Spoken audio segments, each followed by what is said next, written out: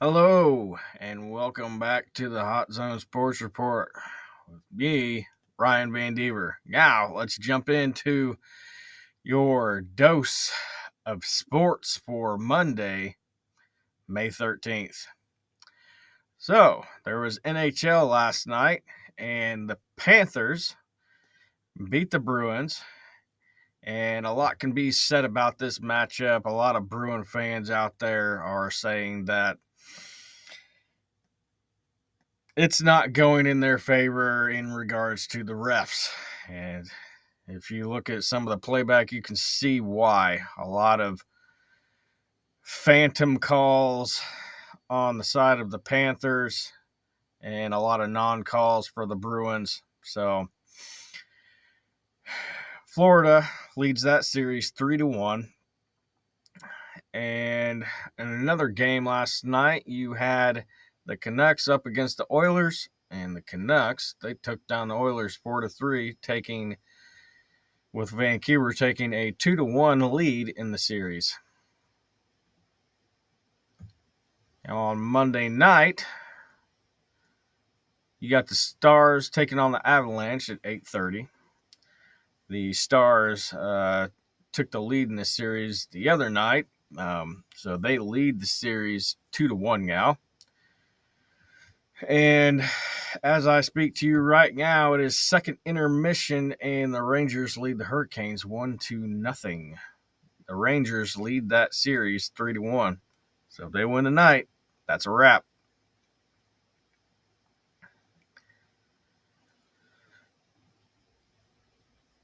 All right, now next, let's talk a little NBA.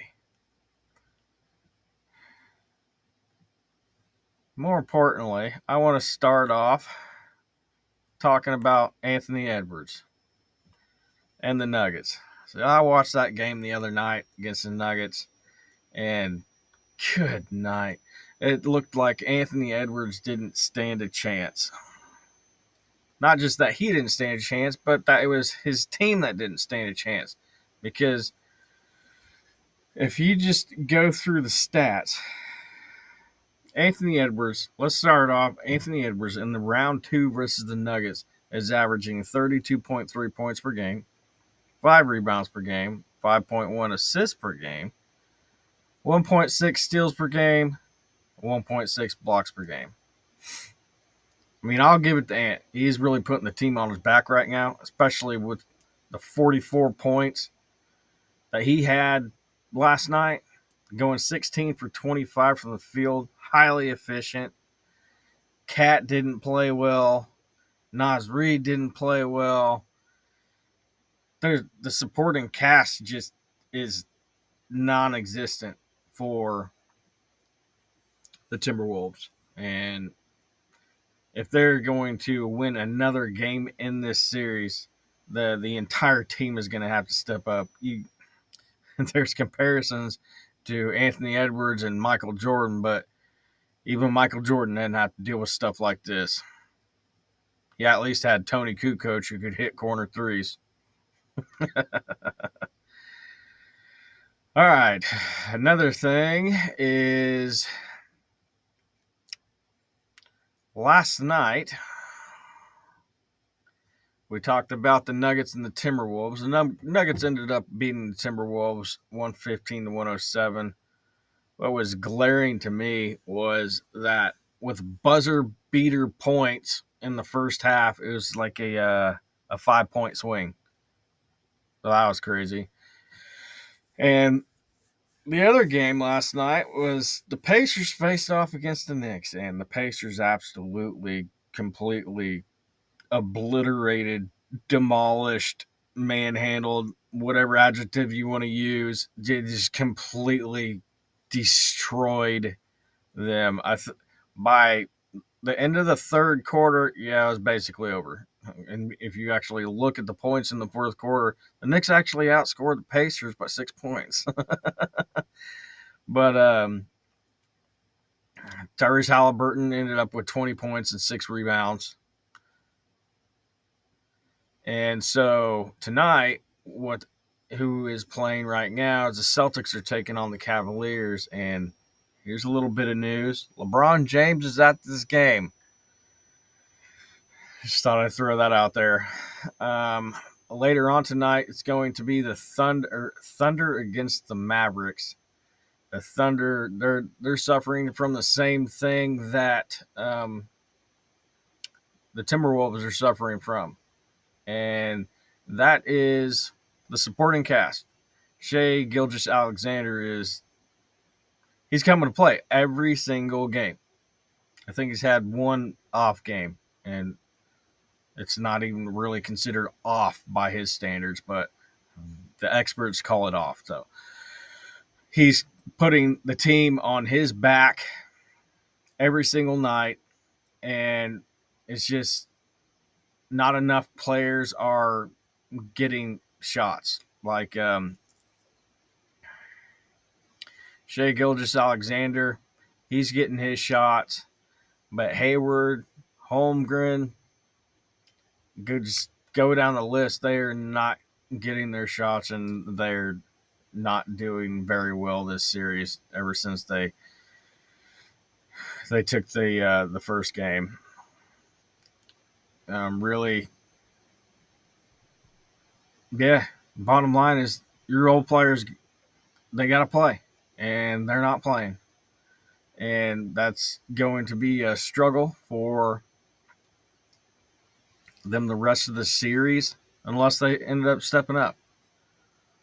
Yeah, moving on to the Major League Baseball.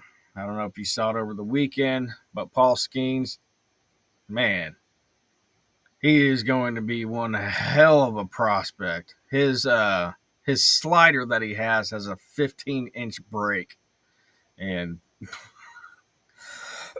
he's just striking people out. I think he had 7 strikeouts in 4 innings pitched, and he threw 80-plus pitches. Yeah, he's going to be ridiculous.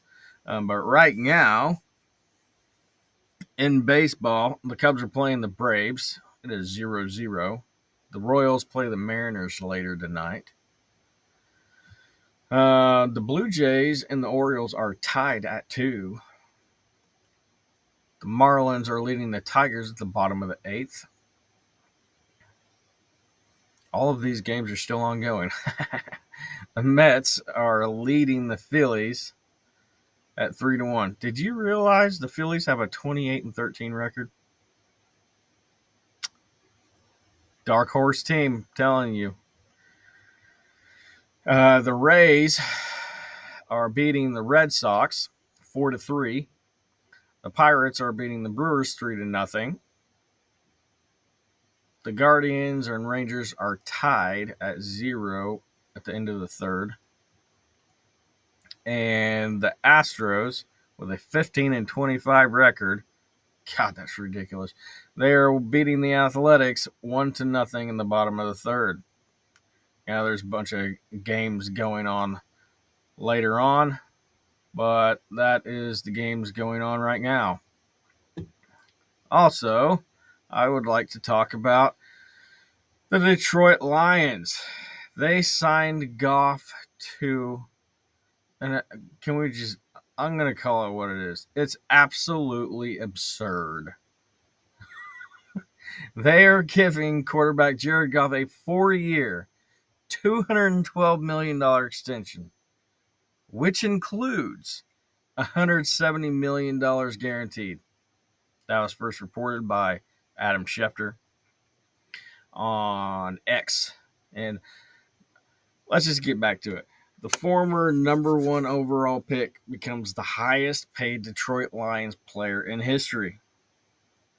Along with Goff is now the 2nd highest paid quarterback in the NFL. Do you know who makes more than him? I'll wait. Joe Burrow, $55 million. Jared Goff is at $53 million.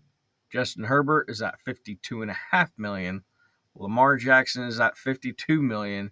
Jalen Hurts is at $51 million. Mahomes is not even on that list. That is Man, team-friendly dude. Also, another thing that happened today was the Buccaneers signed safety Antoine Winfield to a 4-year, $84.1 million extension with $45 million guaranteed, making him the highest paid defensive back in the NFL. Winfield's career stats are he's played 4 seasons, 59 games. He's had 384 tackles, 27 passes defensed, 7 picks, 18 tackles for loss, 11 forced fumbles, and 8 fumble recoveries.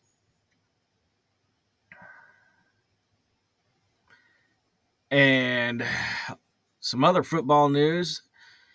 The 2024 NFL season will open up on Thursday, September 5th, with an AFC Championship game rematch, Ravens versus Chiefs. Lamar versus Mahomes. You know, the odds are already out for the Ravens Chiefs on DraftKings Sportsbook. And it was showing earlier today that the spread is +3 for the Ravens, -3 for the Chiefs. And the over-under is 49.5. If betting is your thing. There you go. Yeah, anything else that is going to be interesting is something interesting in the NBA, or the WNBA. I'm sorry. The WNBA is going to start chartering flights. I am basically saying, I'm not even going to say this is the Caitlin Clark effect. It's not the Caitlin Clark effect. Yes, she has a big aspect with it, but I think it's all of this past draft class because bigger names are coming out. Women's sports is becoming more prominent. A lot of men are watching it because they're more entertaining. I know a lot of people watched uh, the women's college basketball tournament, had better ratings. So yeah, WNBA could be on the rise. Who knows if it's sustainable? Who knows if the NBA is going to have to continue to subsidize it or not? But moving on, there was a quote today from the WNBPA executive director Terry Jackson, where she said, quote, "It's a good problem to have because we got here and we're talking about charter travel," end quote. And then another quote, "Now, in this moment, the league has found its pathway to yes, it just seems that the pathway has a few more bumps, so they're trying to figure out what's going to be going on with the chartering the flights." I know the Indiana Fever and Minnesota Lynx are going to be flying private for their opening day games at Connecticut and Seattle, respectively. The league's plan is going to cost $25 million per year for the next 2 seasons. Previously, WNBA teams only could charter during the postseason and for regular season games on back-to-back days, requiring air travel. So it's a good thing for the NBA. They deserve to be treated better, get paid more, but they got to make more money in order to do so. So that is today's takes for the sports world. I hope everybody has a great Tuesday. I will let you know that college football is on the rise and there could be an incoming article. I hope everybody has a great Tuesday. This is the Hot Zone Sports Report signing off. Peace.